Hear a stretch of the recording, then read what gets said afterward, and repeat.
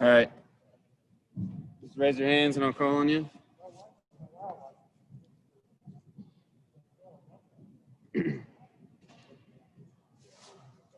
Jack?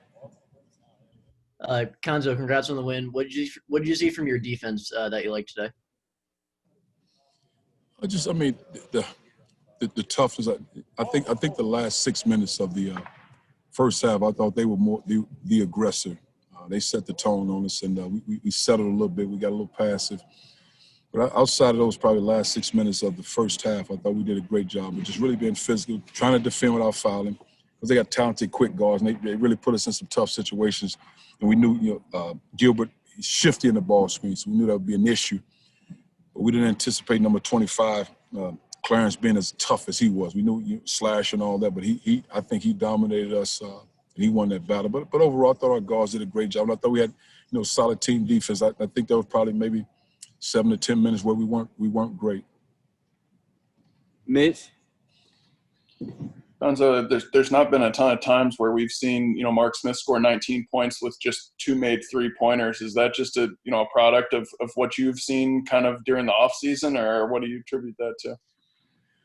Well, the thing I've always tried to say to Mark, really, because, again, when he came out of high school, he wasn't a catch-and-shoot guy. He was a guy that made plays off the dribble. He's so physical and so strong with most high school guys he went up against. So it wasn't like he was a spot three-point shooter. Could he make threes? Yes. He did a lot of things in high school. Now, for us, when he got here, he worked so hard, because I think when he went to college as a freshman, he didn't have a great three-point percentage. So he worked so hard when he was with us in improving his three-point shot. So you saw the result of that.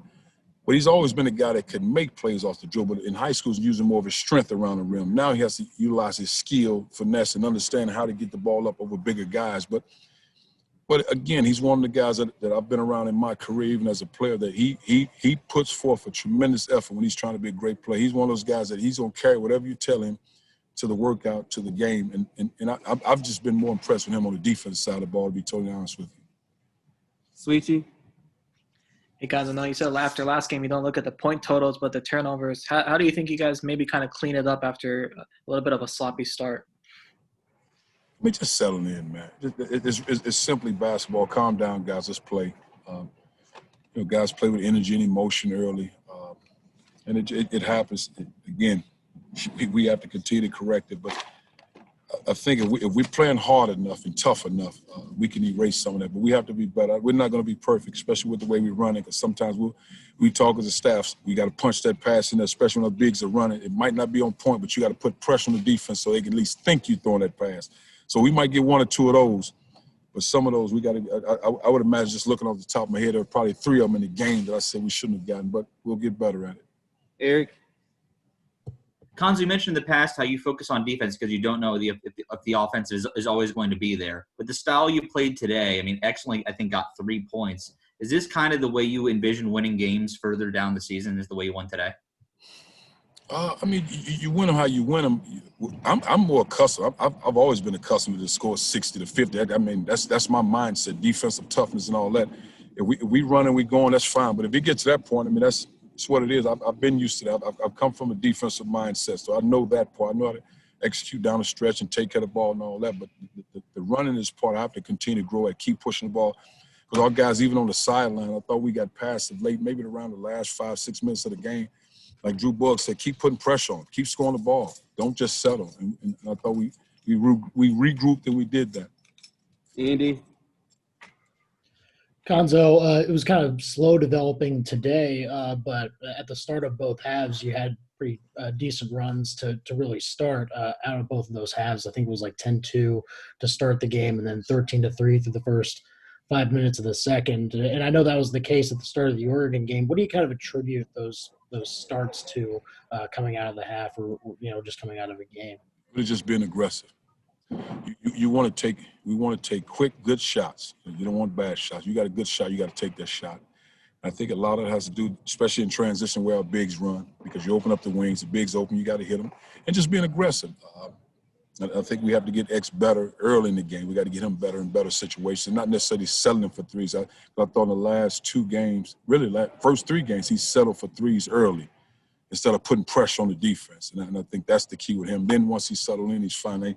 he's 1 for 13. I'll go back and look at every shot just to kind of gauge and just plus minus that sort of thing with him. But right now we're going to enjoy this one. Bennett.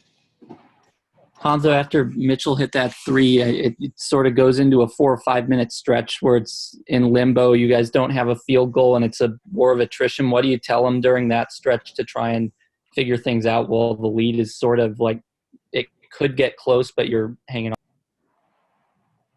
Oh, we've been in those situations before, and we've come up short on something now. So we're so familiar with that one. But just really, for our guys, finish the basketball game, regroup, understand what we're not doing well. And I called that one time out with a 7-something going in. It's just like, because I thought our guys were too comfortable. We might have got up 15-6, and I thought we were too comfortable instead of just keeping our foot on the pedal and winning the basketball game. But we just talk about what's taking place on the floor. And I think just correct that, and then you might have to make an adjustment within your lineup, because some lineups are better defensive mindset, some lineups are better taking care of the ball. You just have to make the necessary adjustments. Mike. Cuonzo, the record notwithstanding, how happy are you with this team 3 games in? Are you thrilled with them? Where do they kind of stand at this point? No question. You don't take. I've always been a man that don't take wins for granted. I'll take 3-0 as opposed to 0-3 any day of the week. And then, I mean, how many teams in America have a top 25 win and also a true road win? How many teams in America says that? And then you're talking about, I'm not sure how Wichita will be within that league because there's a lot of talented teams, but I'll be hard-pressed to not to think Oregon has a chance to win in the Pac-12 and Oral Roberts has a chance of winning their league. So, again, how many teams are saying that and also playing true road games this time of year? Joel. Hey, Cuonzo. Alterique Gilbert kind of had some fun in that first half, got to his spots, but out of the second half, I don't think he scored another bucket the rest of the game. So what kind of adjustments did you focus on at the half? And do you feel like those adjustments will be key going forward against shifty, crafty guards come conference play? Again, it's just settling down. We knew he's a talented guy. You know that. The key is to force in a certain hand. We can get into a certain hand and make him shoot over big guys. Now, with that being said, our backside defense has to be prepared. Because in the first half, Clarence ate us up. Our backside defense was not prepared for that action. That first basket, Jeremiah was there, and our backside defense, they dumped it off and got a layup. Just made the necessary adjustment in the second half. That's all it really was. And just made him go over the top. When he shifted with the ball, so that means once he got closer to the rim, stuff we practice, he becomes the big guy's man. And our guards have to get underneath their big guys to keep them off the glass. Got time for a couple more. They got a women's doubleheader here starting on the court. So, Bill? Yeah, Cuonzo, the last couple of post games, you've talked about the team getting a little comfortable. The last couple of years, when the other team would maybe gain some momentum, things would kind of unravel where your team almost started playing too quick. Is it easier? Or explain how it's easier to maybe coach guys up for being comfortable to turning it up as opposed to guys that are going crazy and you got to pull them back. Man, Bill, why you have to bring that up? But I mean, I just think it's a case of the guys are older and mature, and just again, and it's a hard thing because you don't want to get consumed with the scoreboard. You don't want that to be your focus. Because I've always been the guy to say to our guys, I don't need to look at the scoreboard to know how we played, whether we win or lose. I can see it on the floor. I just think, again, the execution, the taking care of the ball, like X threw a pass, and it went out of bounds. There was no need in throwing that pass. Just bring it up and run the team. Work the clock, make those guys foul you, play in space, and continue to execute and do all the little things. But more than that is shot, go up, get back, and be prepared to play defense. Mitch, do you have another one? Yeah, I got one more if that's all right. Cuonzo, in a game where Jeremiah wasn't on the floor a ton, Kobe Brown looked aggressive. He's putting the ball on the floor and attacking the basket. Was that a directive from you all? And I guess just how do you assess his performance? And I don't think he played a great game. He's a talented player, yes, but I don't think he played a great game by any stretch. But that's what we expected from him when we recruited him. A guy that can do a lot of different things. And now it has to become instinct as opposed to kind of running the play for him. Because, again, he can do a lot of things.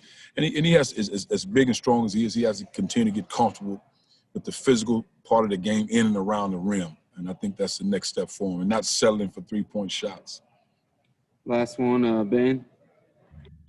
Coach, I apologize. I jumping on late here, but just if you've addressed this, but just kind of your feeling in general and the feeling maybe amongst the guys going through these first 3 games. These are all big, legit wins, one at home, one on the road, one neutral, and you got to be feeling good right now. Yeah, I feel good. Again, Ben, I don't take wins for granted because you never know when you'll get the next one. And as you guys know, we've dealt with some injuries and a lot of different things, and that can really take your momentum, your flow, and you get to adjust some things. That's hard when you lose key guys. I mean, think about it. You lose a Mark Smith, you lose a Drew Smith right now. That's not fun to coach, and I've seemed like I've grown accustomed to it. Not that I like it, but I'm happy for our guys. But they also know they're good enough. They understand. They're past that part now. It's just a continued growth, the humility in which we operate, and continue to get better. All right, thanks, Coach. Thank you. It was a big-time football game yesterday, wasn't it? Man, let's all drink up.